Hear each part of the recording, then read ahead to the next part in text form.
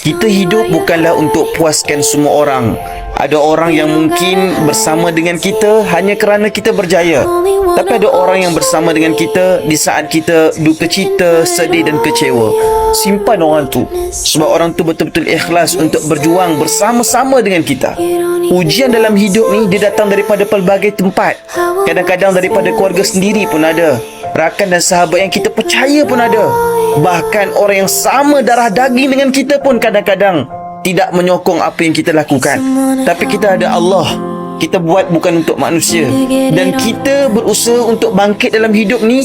Perik dia kita yang rasa, letih dia kita yang lalui, dan segala kepedihannya kita yang rasa sakit dia. Maka sebab itu, jangan deritakan hidup kita dengan hanya memikirkan pandangan manusia. Kita memang ada kekurangan dan kita akui. Namun kita percaya hari ini kita akan berubah untuk masa depan yang lebih baik.